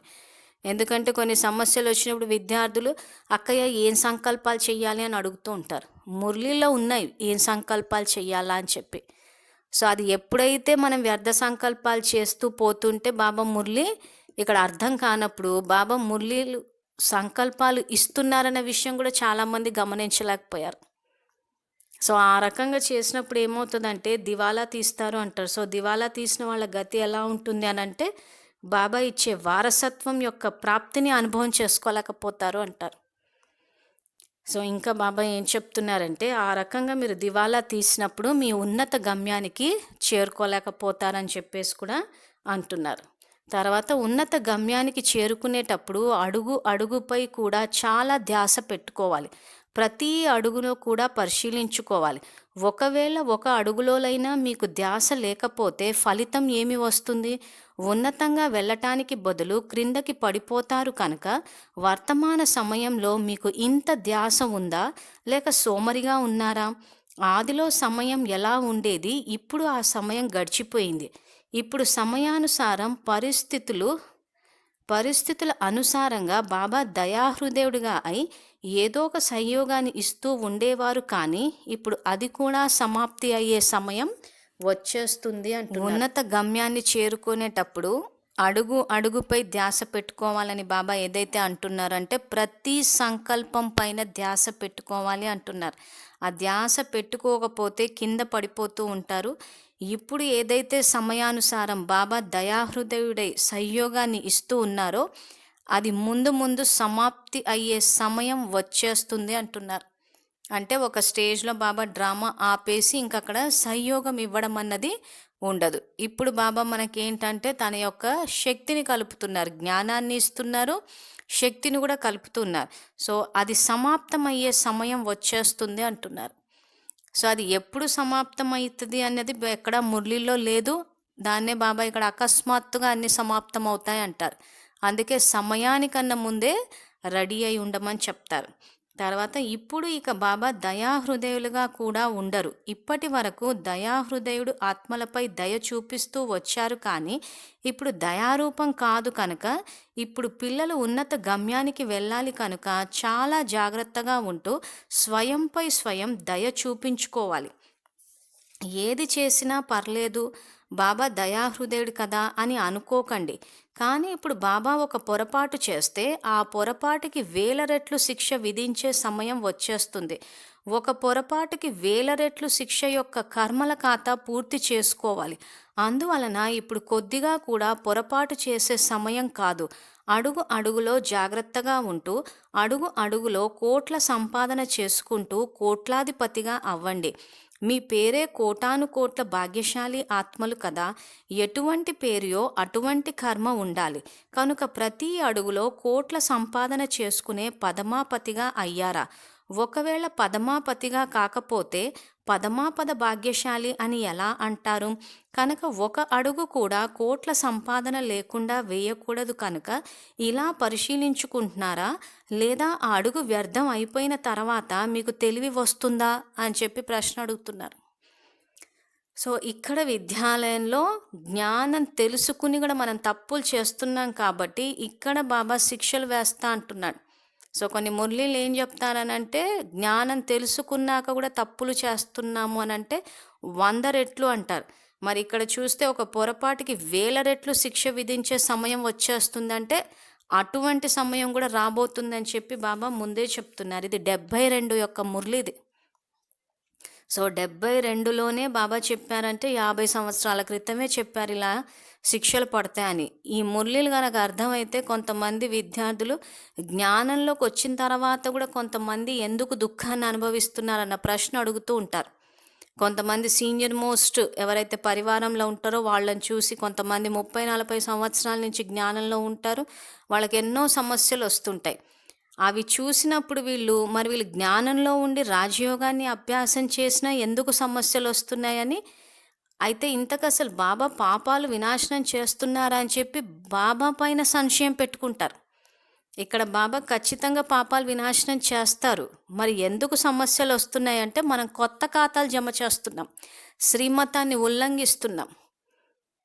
ఉదాహరణకి బాబా శాంతితోటి వ్యవహరించమంటే మనము క్రోధంతో వ్యవహరిస్తున్నామంటే నియమాన్ని ఉల్లంఘించాం. సో అందుకే ఇందాకేమన్నారు, మీరు శవాన్ని చూస్తారంటున్నారు, దేహరూపి సర్పాన్ని. అంటే ఆ దేహము అన్న స్థితిలోకి వచ్చేసరికి క్రోధం అన్న విషం వస్తుంది. సో దానివల్ల ఏమవుతుంది అంటున్నారు బాబా, మీ యొక్క ఫలితము వ్యతిరేక దిశలో ఫలితం వస్తుంది అంటున్నారు. సో వ్యతిరేక పదాన్ని ధారణ చేసిన కారణంగా ఫలితం కూడా వ్యతిరేకంగానే వస్తుంది. ఫలితం వ్యతిరేకంగా అంటే ఏమొస్తుంది? బాబా చెప్పినట్టు 1000 రెట్ల శిక్ష విధిస్తారంటున్నారు. సో అందుకే ఇక్కడ ఏమంటున్నారు, ఇక్కడ సంపాదన కూడా పదమాపదము, పోగొట్టుకున్నా కానీ అంతే శిక్షలు కూడా అదే విధంగా ఉంటాయని అంటున్నారు. సో విద్యాలయంలో ఏళ్ల తరబడి ఉన్న ఇంకా శారీరక సమస్యలు, మానసిక సమస్యలు ఇవి వస్తున్నాయంటే కొత్త ఖాతాలు జమ చేస్తున్నారని అర్థం. సో ఆ రకంగా చెయ్యకుండా ఇక్కడ ఎప్పటికప్పుడు పరిశీలించుకుంటున్నారా, లేదా ఆ అడుగు అంటే ఆ సంకల్పం వ్యర్థం అయిపోయిన తర్వాత అప్పుడు తెలివి వస్తుందా అని చెప్పి బాబా ప్రశ్న అడుగుతున్నారు. సో ఈ ప్రశ్నకు సాధారణంగా విద్యార్థులు నిజాయితీగా చెప్తే అవుననే చెప్పుకోవాలి. సంఘటన గడిచిపోయిన తర్వాత, సమస్యలు వచ్చిన తర్వాత అప్పుడు తెలివి వస్తుంది మనకి, మనమే ఏదో పాపం చేసుకుని ఉన్నాము అని. లేదు ఆ తెలివి కూడా రాకపోతే ఇంకా అప్పుడు మళ్ళీ బాబానే తప్పు పడతాం. మేము రోజు అమృతవేళ లేసి చేస్తున్నాము, మేము రోజు బాబాకి చెప్తున్నాము బాబా మాకు సమస్యలు ఉన్నాయని, అయినా బాబా ఏం చేయట్లేదు. అంటే ఇంకా అక్కడికి బాబా ఈ ప్రశ్న ఏదైతే తెలివి వస్తుందా అంటే ఇంకా రాలేదని అర్థం. సో ఇక్కడ అందువలన బాబా మొదటే జాగ్రత్త ఇప్పిస్తున్నారు. అంతిమ స్వరూపం శక్తి స్వరూపం. బాబా యొక్క అంతిమ రూపం దయారూపం కాదు, శక్తి రూపం. అంటే సదా సంహారి రూపాన్ని చూపిస్తారు కదా, కనుక ఇప్పుడు సంహారం చేసే సమయం కూడా సమీపంగా వస్తుంది. ఈ సంహారి సమయంలో బాబా దయాహృదయుడిగా అవ్వరు. సంహారి సమయంలో సంహారి రూపాన్నే ధారణ చేస్తారు. అందువలన ఇప్పుడు బాబా యొక్క దయాహృదయ పాత్ర కూడా సమాప్తి కానున్నది. బాబా తండ్రి సంబంధంలో పిల్లల సోమరితనం అల్లరి చూస్తూ కూడా ముందుకు తీసుకువెళ్లారు, కానీ ఇప్పుడు ఏదో ఒక రకంగా పావనంగా చేసి ఇంటికి తీసుకువెళ్ళే సద్గురువు పాత్రలోకి వచ్చారు. ఎలా అయితే తండ్రి పిల్లలు సోమరితనంతో ఉన్నా అల్లరి చేస్తున్నా ప్రేమతో చెప్తూ నడిపిస్తారు, అది తండ్రి రూపం, సద్గురువు రూపం కాదు. కానీ సద్గురువు అంటే సత్య సంకల్పం, సత్య మాట, సత్య కర్మను తయారు చేసేవారు. సో 72లో బాబా ఇది సద్గురువు పాత్ర నడుస్తుంది అని అంటే, టీచరు పాత్ర అన్నది బ్రహ్మబాబా సాకార శరీరాన్ని వదిలినప్పుడే టీచర్ పాత్ర సమాప్తి అయిపోయింది. ఆ తర్వాత అవ్యక్త మురళిలో బాబా ధారణ గురించే ఎక్కువ చెప్తూ వచ్చారు. కాబట్టి ఇప్పుడు ఈ సద్గురువు పాత్రలోకి వచ్చినప్పుడు ఇక్కడ సద్గురువు అంటే ఏంటా అన్నది చెప్తూ పోయారు. సో తండ్రిగా ఆయన ఏంటంటే పిల్లల యొక్క సోమరితనాన్ని అల్లరిని కూడా చూస్తూ ఏదో రకంగా పావనంగా చేసి ఇంటికి తీసుకువెళ్ళాలని చెప్పేసి పిల్లల యొక్క సోమరితనాన్ని కూడా అల్లరి చూసి కూడా సంయోగం ఇస్తూ పోయారు. కానీ ఇక్కడ ఏం చెప్తున్నారు, ఇప్పుడు ఇంటికి తీసుకువెళ్ళే సద్గురువు పాత్రలోకి వచ్చారు అంటున్నారు. తో సద్గురువు గురించి బాబా ఏం చెప్తున్నారంటే, ఇది జ్ఞానం ద్వారా అయినా పురుషార్థం ద్వారా అయినా తయారు చేస్తారు, లేదా ఇలా కూడా తయారు కాకపోతే శిక్షలు విధించి అయినా తయారు చేస్తారు. సద్గురువు అంటే అల్లరి సోమరితనం చూడరు కనుక ఇప్పుడు సమయాన్ని బాబా యొక్క రూపాన్ని తెలుసుకోండి. బాబా యొక్క ఈ అంతిమ స్వరూపాన్ని తెలుసుకోకుండా మీ చిన్నతనం యొక్క సోమరితనంలోకి వచ్చేసి స్వయాన్ని మోసం చేసుకోకండి అంటున్నాడు. సో ఇక్కడ సద్గురువుగా ఏంటంటే మనకి జ్ఞానాన్ని ఇస్తున్నాను అంటున్నారు. జ్ఞానం ద్వారా అయినా పురుషార్థం ద్వారా అయినా తయారు చేస్తారు. అంటే 2 రకాలుగా మనకి ఇక్కడ సంయోగం ఇచ్చి, ఒకవేళ మనం అలా కూడా తయారు కాకపోతే శిక్షలు విధించి అయినా తయారు చేస్తారు అంటున్నారు. అంటే ఇక్కడ తండ్రిగా ఆయన అక్కడ శిక్షలు విధించడం అంటూ ఉండదు. బాబా ఎప్పటికీ ప్రేమస్వరూపుడే. సో ఇందాక ఏదైతే సంయోగం ఇచ్చే సమయం కూడా సమాప్తి అయిపోతుందంటే సద్గురువు తర్వాత ధర్మరాజు పాత్ర వస్తుంది.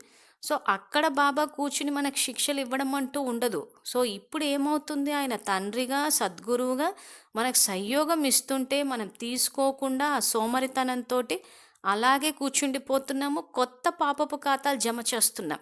సో మనం చేసుకున్న కర్మ యొక్క ఫలితమే మన ఎదురుగాకి వస్తుంది. అది కూడా జ్ఞానం తెలుసుకుని తప్పులు చేస్తున్నాం కాబట్టి ఇంకా 100 రెట్లు తీవ్రతతో వస్తుంది. కాబట్టి ఇప్పుడు ఆ చిన్నతనం యొక్క సోమరితనము అల్లరిని ఇంకా మానేసి ఇంకా ఆ సోమరితనంలోనే ఉండి స్వయాన్ని మోసం చేసుకోకండి అంటున్నాడు. ఆ సోమరితనంలో నుంచి బయటికి వచ్చి పురుషార్థులమై మన యొక్క పాపాలని ముందు వినాశనం చేసుకుని ఆ తర్వాత బాబా ఇందాక ఏదైతే మనకి నియమం చెప్పారో, శవాన్ని కాదు శివుణ్ణి చూడండి అంటే ఇంకా నేను దేహాన్ని అన్న స్మృతిలో నుంచి ఇంకా పూర్తిగా ఆత్మ అన్న స్మృతిలో కంటే స్వయాన్ని పరివర్తన చేసుకోవాలి. స్వపరివర్తన అంటే స్వ అన్నది ఒకప్పుడు దేహంగా ఉండే, ఇప్పుడు ఆ స్వని ఆత్మగా చేసుకుని స్వయం యొక్క స్మృతిలో ఉండాలి అంటున్నారు. చాలా జాగ్రత్తగా ఉండాలి. ఇప్పుడు శక్తులు తమ సంహారి రూపాన్ని ధారణ చెయ్యాలి అంటున్నారు. సో ఇక్కడ బాబా అంతిమంలో సంహారి రూపాన్ని అంటే ఇక్కడ సంహరణ అంటే నాన్ ఫిజికల్, కంటికి కనపడని ఏవైతే మనలో అసురీ సంస్కారాలు ఉన్నాయో వాటిని సంహరిస్తారు. సో భక్తి మార్గంలో భగవంతుడు రాక్షసులని సంహరించారు అని అన్నారు, కానీ హత్య చేశారు అని అనలేదు. సో హత్య అన్నది శరీరానికి సంబంధించింది, సంహరణ అన్నది ఆత్మలో ఉన్న అసురీ గుణాలని సంహరించటం. సో ఇది తేడా హత్యకి, సంహరణకు. అందుకే పరమాత్మ గురించి మాట్లాడేటప్పుడు సంహరణ అన్న పదాన్ని వాడతారు. కాబట్టి ఇప్పుడు చాలా జాగ్రత్తగా ఉండాలి. ఇప్పుడు శక్తులు తమ సంహారి రూపాన్ని ధారణ చేయాలి. అసురీ సంస్కారాలను శక్తులు ఎదుర్కొన్నట్లుగా చూపిస్తారు కదా! అసురీ సంస్కారాలు శక్తుల ఎదురుగా కళ్ళెత్తి కూడా చూడకూడదు. అటువంటి సంహారి రూపంగా అయి స్వయంలో అసురీ సంస్కారాల సంహారం చేయండి. అలాగే ఇతరుల అసురీ సంస్కారాలను కూడా సంహరించే సంహారి మూర్తి అవ్వండి. ఇంత ధైర్యం ఉందా అని అడుగుతున్నారు. శక్తి స్వరూపాలుగా మనలో ఉన్న అసురీ సంస్కారాలను కూడా సంహరించాలి. ఇతరులలో ఉన్న అసురీ సంస్కారాలను కూడా సంహరించాలి. ఇంత ధైర్యం ఉందా అంటున్నారు. ధైర్యం ఉందా లేదా అన్నదానికి చెకింగ్ పాయింట్ ఏంటంటే, ధైర్యం ఉన్న వాళ్ళైతే ఏం చేస్తారంటే స్వయం ఆత్మ అన్న స్మృతిలో ఉండి ఈ మురళీలు స్టార్టింగ్లో చెప్పినట్టు లవ్ అండ్ లాని రెండుటిని బ్యాలెన్స్ చేస్తారు. తప్పు జరుగుతుంటే ఆపుతారు. ఆ ధైర్యం లేని వాళ్ళు ఏం చేస్తారంటే, ఎవరెటు పోతే మనకెందుకు, బాబా చూసుకుంటారు. మనం వెళ్ళి చూస్తే సమస్యలు వస్తాయి కాబట్టి ఇంక అక్కడికి మనకు ఆ ధైర్యం లేదు. ఎందుకంటే దాని యొక్క పర్యవసానం ఎలా ఉంటుందో తెలియదు, తట్టుకునే శక్తి సామర్థ్యాలు లేవు. అది లేనప్పుడు ఏం చేస్తామనంటే ఇంకా సంహారి మూర్తులుగా అవ్వలేము, సఫలతామూర్తులుగా అవ్వలేము, సంపూర్ణ స్థితికి కూడా చేరలేకపోతాం. అంటే శక్తి స్వరూపాలు కాలేకపోతాం. భలే మీరు మాత రూపంలో దయాభావంతో ఉంటారు, కానీ శక్తి రూపంలో దయ ఉండదు. ఇప్పటి వరకు మాతగా అయి చాలా పాలన చేశారు. మాత ముందు పిల్లల అల్లరి కనిపిస్తుంది, కానీ శక్తుల ముందు సోమరితనంగా ఉండేవారికి వచ్చే ధైర్యమే ఉండదు. కనుక ఇప్పుడు స్వయం పట్ల సంహారి అవ్వండి. అసురీ సంస్కారాలు, సంకల్పాలు మీ ముందు నిలవకూడదు. ఇటువంటి వారినే దృష్టితో అసురీ సంహారం చేసేవారు అని అంటారు. మరి ఈ సంకల్పాలను పరివర్తన చేసుకోవటంలో ఎంత సమయం పడుతుంది? సెకను పట్టాలి. దృష్టి ద్వారా అద్భుతం చేయటంలో ఎంత సమయం పడుతుంది? 1 సెకండు అంటుంది. అంటే 1 సెకండ్లో ఎలా చేస్తారంటే సంకల్పం ద్వారా. ఆ సంకల్పం చేసినప్పుడు ఏమవుతుందంటే ఆత్మ అన్న స్థితిలోకి వస్తాం. 1 సెకండ్లో మన సంకల్పం ఏం చేస్తాం? నేను ఆత్మని, నిరాకార జ్యోతిర్బిందు స్వరూపాన్ని. ఆ స్వయం యొక్క స్మృతిలోకి వచ్చినప్పుడు ఏమవుతుందంటే, మన ఎదురుగా ఎవరైనా వ్యర్థ సంకల్పాలతోటి గనక వస్తే, అసురీ సంస్కారాలతోటి గనక వస్తే వాళ్ళు మీ ముందు నిలబడలేరు అంటారు. ఇటువంటి వారినే దృష్టితో అసురీ సంహారం చేసేవారు అని అంటారు. మరి ఈ సంకల్పాలను పరివర్తన చేయటంలో ఎంత సమయం పడుతుంది? సెకండ్ పట్టాలి అంటున్నారు. ఇక్కడ మనము మన వ్యర్థ సంస్కారాలని సంహరించాలి. ఎదుటి వారిలో ఉన్న వాటిని కూడా సంహరించాలి మన దృష్టి ద్వారా, ఆత్మిక దృష్టి ద్వారా. మనలో ఆత్మిక దృష్టి రావాలంటే ఏం చేయాలి? శవాన్ని చూడొద్దు, శివుణ్ణి చూడాలి అంటున్నారు. అంటే మనలో దైవత్వాన్ని చూడాలంటే స్వయం ఆత్మ అన్న స్థితిలో ఉంటే దృష్టి దివ్యంగా అవుతుంది. తర్వాత కనుక దృష్టి ద్వారా అసురీలను సంహరించే వారిగా, అంటే 1 సెకండ్లో అసురీ సంస్కారాలను సంహారం చేసేవారిగా అయ్యారా? లేదా అసురీ సంస్కారాలకు వశీభూతం అయిపోతున్నారా? అసురీ సంస్కారాలకు వశీభూతం అయ్యే వారిని ఏ సాంప్రదాయంలోకి లెక్కిస్తారు? మీరందరూ ఎవరు? ఈశ్వరీయ సాంప్రదాయం వారు కదా.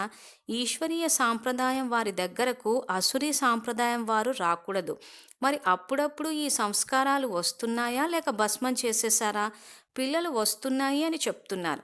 ఎలా తయారవుతున్నారు? మీ రూపాన్ని మార్చి బహురూపిగా అయిపోతున్నారా? ఇప్పుడిప్పుడే ఈశ్వరీయ సాంప్రదాయం, ఇప్పుడిప్పుడే అసురీ సాంప్రదాయానికి వశమైపోతున్నారా? ఎలా అవుతున్నారు? బహురూపి అయిపోతున్నారా?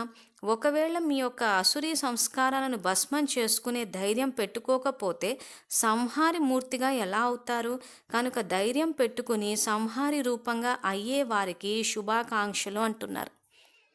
ధైర్యం చేసి మన యొక్క అసురీ సంస్కారాలని బాబా సంహరించమంటున్నారు. అలా సంహరించే వారికి శుభాకాంక్షలు, అంటే వాళ్ళకి శుభం జరగాలని చెప్పి స్వయంగా పరమాత్మ ఆకాంక్షిస్తున్నారు. అలా చేసిన వాళ్ళందరికీ శుభమే జరుగుతుంది అని చెప్పి ఇక్కడ చెప్తున్నారు. ఇప్పుడు సూక్ష్మ శిక్షలతో పాటు వెనువెంట స్థూల శిక్షలు కూడా అనుభవించాల్సి ఉంటుంది కనుక ఇప్పుడు ఇది కూడా ధ్యాస పెట్టుకోండి. సూక్ష్మ శిక్షయే కదా లోపల అనుభవించేయొచ్చు అని అనుకోకండి. స్థూల శిక్షలు ఈ రెండూ కూడా అనుభవం అవుతాయి.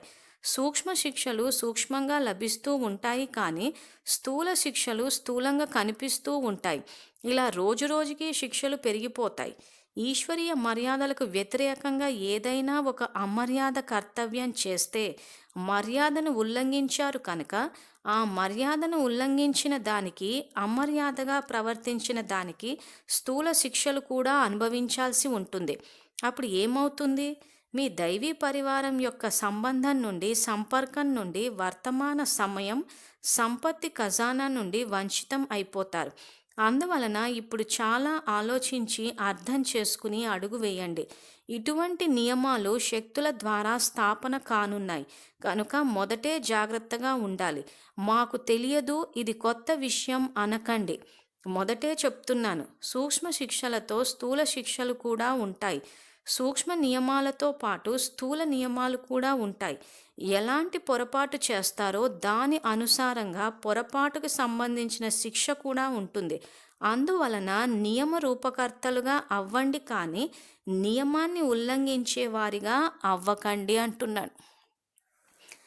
సో నియమ రూపకర్తలనంటే ఇక్కడ అసురీ సంస్కారాలు ఏవైతే ఉంటాయో వాటిని సంహరించి సంపూర్ణంగా తయారై కర్మలు ఆచరిస్తూ పోవాలి. అప్పుడు మనకి స్థూల శిక్షలు సూక్ష్మ శిక్షలు ఏవి ఉండవు. కాబట్టి ఇక్కడ ప్రస్తుతము ఇలా శిక్షలు అనుభవిస్తున్నామంటే అక్కడ తప్పులు చేస్తున్నామని. సో అలా నియమాన్ని ఉల్లంఘించే వారిగా కాకుండా నియమ రూపకర్తలుగా. సో ఇది 3వ భాగము. మొదటి భాగం 2వ భాగంలోనే చెప్తూ వస్తున్నాం. స్వయం యొక్క స్మృతిలో ఉంటే ఏ తప్పు జరగదు, అసలు మాయేమి దగ్గరికి రాదు అన్నారు బాబా ఇందాక ఈ మురళిలోనే. సో మీరు ఓడిపోతున్నారు అసలు అంటే మాయ వస్తేనే కదా ఓడిపోతారు. సో మాయ ఎందుకు దగ్గర వస్తోంది? మనం స్వయం యొక్క స్మృతిలో లేము కాబట్టి. సో మొట్టమొదటి నియమమే ఇక్కడ బాబా స్వయం యొక్క స్మృతిలో ఉన్నప్పుడు స్వతహాగానే ఆత్మకి తండ్రి పరమాత్మ అని పరమాత్మ సాంగత్యంలో ఉంటాం కాబట్టి మాయ దగ్గరికి రాదు. తో స్వయం యొక్క స్మృతిలో ఉన్నప్పుడు ఆ రోజంతా మనం చేసే కర్మలన్నీ బాబా నియమ అనుసారంగా ఉంటాయి కాబట్టి ఆ నియమ రూపకర్తలంటే ఆ నియమం అన్నది తయారవుతూ ఉంటుంది. ఒకవేళ నియమ రూపకర్తలుగా అయ్యుండి నియమాన్ని ఉల్లంఘిస్తే నియమపూర్వక రాజ్యానికి రాజ్యాధికారి ఎలా అవుతారు? స్వయమే నియమపూర్వకంగా నడవనప్పుడు వారు నియమపూర్వక రాజ్యాన్ని ఎలా నడిపిస్తారు? అందువలన ఇప్పుడు స్వయాన్ని నియమ రూపకర్తగా భావించి ప్రతి అడుగు నియమ స్వరూపంగా వేయండి. అంటే బాబా శ్రీమతానుసారం వేయండి, మన్మతాన్ని మిక్స్ చేయకండి అంటున్నారు.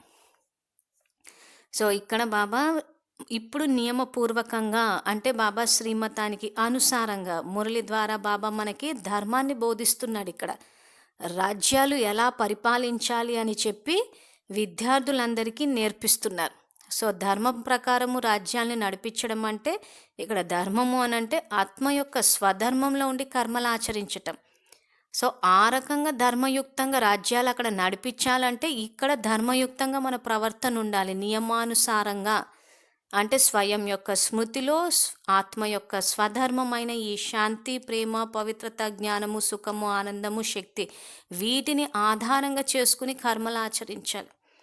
సో అందుకే ఇక్కడ బాబా నియమరూపంగా ప్రతి అడుగు నియమరూపంగా వేయండి అంటే బాబా శ్రీమతానుసారం వేయండి, మన్మతాన్ని మిక్స్ చేయకండి అంటున్నాను. సో మన్మతము అని అంటే ఇక్కడ ఏదైతే మనము దేహము అని అనుకుని కామక్రోధ లోభమోహానికి వశమై వాటిని ఆధారంగా చేసుకుని చేసేవన్నీ మన్మతాలే. సో శాంతితోటి వ్యవహరించాము అంటే అది శ్రీమతము, క్రోధంతో వ్యవహరించామంటే అది మన్మతము. సో మన్మతం ఎక్కడి నుంచి పుట్టుకొస్తుంది అంటే దేహాభిమానం నుంచి పుట్టుకొస్తుంది. సో విద్యాలయంలో ఈ పదాన్ని సాధారణంగా సేవల విషయానికి ఎవరైనా సేవలు చేస్తే మన్మతాలు, డిస్సర్వీస్లు అని చెప్పి లూజ్గా వాడేస్తూ ఉంటారు. కానీ ఇక్కడ ఏంటంటే దేహము అన్న స్థితి నుంచి ఆ యొక్క వికారాలు ఏవైతే ఉంటాయో వాటికి వశమై ప్రవర్తిస్తే అది మన్మతము. డిస్సర్వీస్ అని అంటే ఏదైనా సేవ చేసి సర్వీస్ చేసి దానికి ఏదైనా ఆశిస్తే అది డిస్సర్వీస్. సో శ్రీమతము, మన్మతము, డిస్సర్వీస్ అని చెప్పి కూడా బాబా ఎక్కడైతే వాక్యాలు చెప్పారో వాటిని కూడా రికార్డ్ చేసి అప్లోడ్ చేశామో అది చూస్తే ఇక్కడ బాబా ఏదైతే శ్రీమతానుసారంగా చేయండి, మన్మతాన్ని మిక్స్ చేయకండి అని అంటున్నారో ఆ పాయింట్ అర్థమవుతుంది. బాబా శ్రీమతాన్ని మార్చేసి మన్మతాన్ని కలిపేస్తే మీరు మాయకు వశం అయిపోతారు. మాయకి వశమై మన్మతాన్నే శ్రీమతంగా భావిస్తున్నారు. అందువలనే పరిశీలనా శక్తిని ఉపయోగించండి. ఈ పరిశీలించటంలో తేడా వస్తే నష్టపోతారు.